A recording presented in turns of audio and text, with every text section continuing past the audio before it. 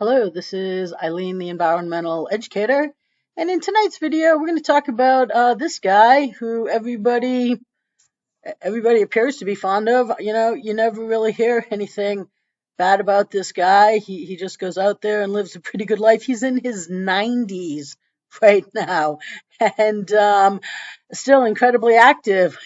So active that right here, he went into space, and Bezos blew something, and so he has also just put out a book, uh, Boldly Go, and so reflections of a life of awe and wonder. And so he's out getting press about this book, and in the press and in this book, he talks about, his trip to space, and it filled him with overwhelming sadness. This is Variety.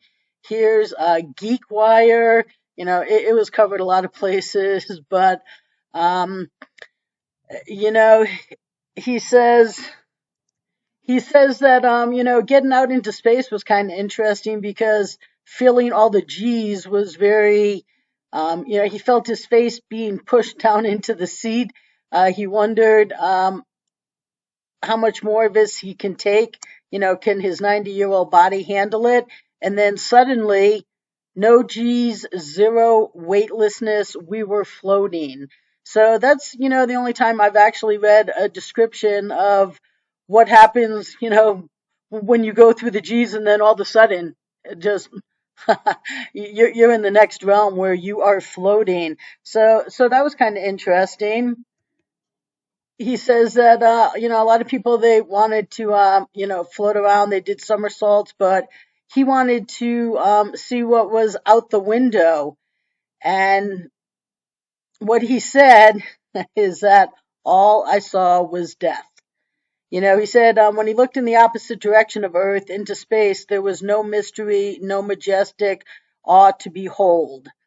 It was, he saw a cold, dark, black emptiness. It was unlike any blackness you can see or feel on Earth. It was deep, enveloping, all-encompassing.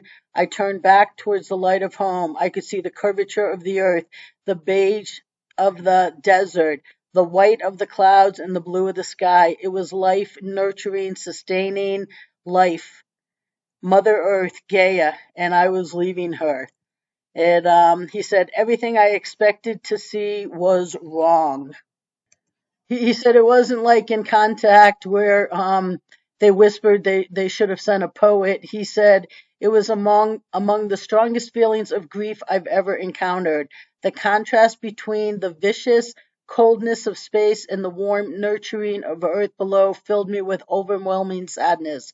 Every day we are confronted with the knowledge of further destruction of Earth at our hands, the extinction of animal species, of floral, of fauna, things that took 5 billion years to evolve and suddenly we will never see again because of the interference of mankind. It filled me with dread.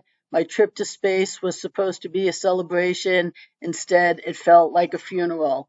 And he said, it's called the overview effect. It's not uncommon among astronauts. Other people have felt that. But,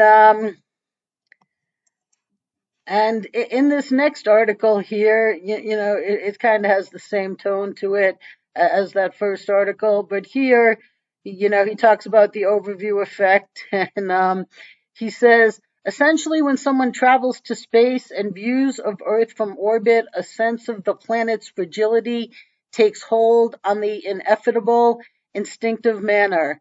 In an interview with the Washington Post, he explained on the grief he feels for the planet and how, at 91 now, he views the experience as a clarion call to stop climate change, right? Because he talks about the extinction that's going on. So, enough of me reading what he says. Well, why don't we listen to some of what he said? This was with, maybe not everybody likes him, Piers Morgan, but here we go. Everybody in the world needs to see. There is Mother and Earth and comfort, but what you see is black. What you have given me is the most profound experience I can imagine. I'm so filled with emotion about what just happened. It's extraordinary, extraordinary. How touching. Anyways, I mean, I'm sure it was extraordinary, Jeff Bezos was, that was kind of awkward. Like, I'm gonna give you a hug, maybe, maybe not. It was kind of funny. So, let's go a little further into this interview here. Okay, so here's a little forward in the interview. Back at Earth, and I've only discovered this hours after when I came down. I'm thinking, why am I so emotional? And what I discovered for myself was that I was grieving for what we've done to this Earth, this tiny little rock. And you see the tiny little rock. I could see the beginning of the curvature of the Earth. I could make a circle and do the circumference of the Earth. That's how tiny. We're insignificant. This insignificant rock with these insignificant ants on the rock. And yet it's beautiful. And it's our life. And we're destroying it. And I didn't really comprehend what my tears were for until I had time to assess it. And then I realized I was grieving for the Earth and what we've done. And have we? Okay, so, yeah, he was grieving for the Earth. Isn't that interesting? I mean, he sounds sincere. I guess, he's been known as an environmental activist. I've read that about him. He's, certainly not out there getting press about it all the time, but that's how the experience left him. So he's got a few other interesting things to say here. Let's continue. As you know, yeah, I was going to say on that point. I mean, I think there are two things we've done. It seems to me we've slowly ruined the planet. Physically ruined it with our consumption. But also, it seems to me that we've lost a lot of people lost all sense of perspective, and that maybe when you were up in space looking down and seeing this tiny thing, Earth, that we need to get back to common sense, to a sense of perspective about what really matters in life. Would you agree with that? Well, that's philosophically right. That's correct. That's like a really good idea in the midst of driving an electric car somewhere. That's a great idea. What I saw is the enormity of what we've done.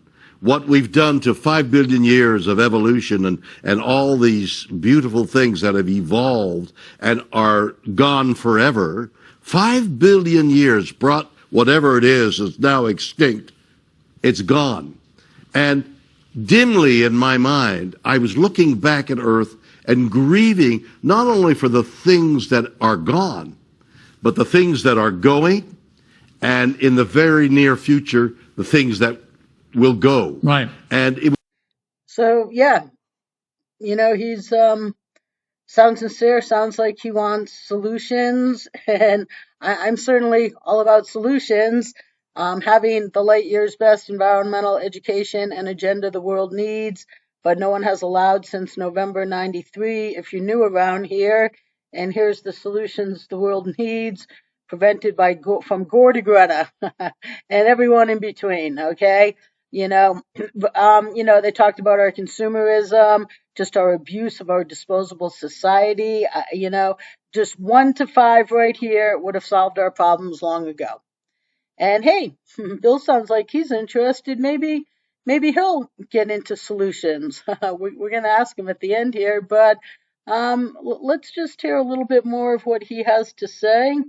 It was all that. We are doing nothing about what this tsunami, apparently in Hilo, some years ago, there was a tsunami. And the people didn't recognize it. And the water goes out, apparently. And they're the people, oh, look at that, the water's gone out, and there's fish there. They were not aware that this giant wave was coming to Hawaii to kill a lot of people. There's a giant wave coming our way. We see aspects of it now with all the storms and droughts and things. But that's nothing compared to what our children are going to face in the next several years. Yeah. Oh, yeah. They talk a little bit about Prince William's here, and Oh yeah, like Prince William's doing anything, just watch my videos about, that's right, what is Prince William and Kate and Will and, Will and Kate and then Harry and Meghan and Charles refusing. Oh, that's right, the same solutions the world needs. They could get Wimbledon to lead with, reusable stadium concessions. They could get the world environmentally illiterate. They're handing out awards every year for Mickey Mouse stuff while refusing the light years best and to actually lead. But they talked about them a little bit in this video. But let's go to the end here. Okay, so he says that, he and Bezos talked at the end, and Bill's like, oh my God, we've got to do something that's going to take 100 years, and we don't have that time. And Bezos said, you need hope. And so, well, let's just pick up at the end here. You got to have hope. Without hope, you have nothing. So we cling to a hope, but we've got to do something about the carbon dioxide and the methane to say, two things that are polluting us. Well, you talk of hope. I can only say that we've got to do something, is what he said. And, everybody says that for decades. And you just never know who will actually be the person that will do it. Okay? So I sent Piers Morgan a message on Facebook here. I told him to get this to Will Shatner. The environmental solutions the world needs are simple. They just haven't been allowed, by everybody. So right there, Facebook message. I mean, you don't get through to these people, but he did have send us a message on his Facebook page. And then, okay, here is William Shatner's his official page, blue check mark, and here's the email that they give right here on his official page, fanmail@williamshatner.com, and I copied and pasted that right to here. And so I said, hey William, environmental solutions you seek here, give to world. And I told him the solutions are now on your desk. This is what has been available since November 93. It's just everybody hasn't allowed solutions. Be the solution you seek. So I'm like, there's nothing else or better to try. I can get to work immediately, do it for the world. What Will and Kate and Harry and Meghan and Charles and everyone else won't. Again, I'm available to get to work immediately. And I sent that to him tonight, October 11th, and Mountain Time, 8:29 p.m. And we will see.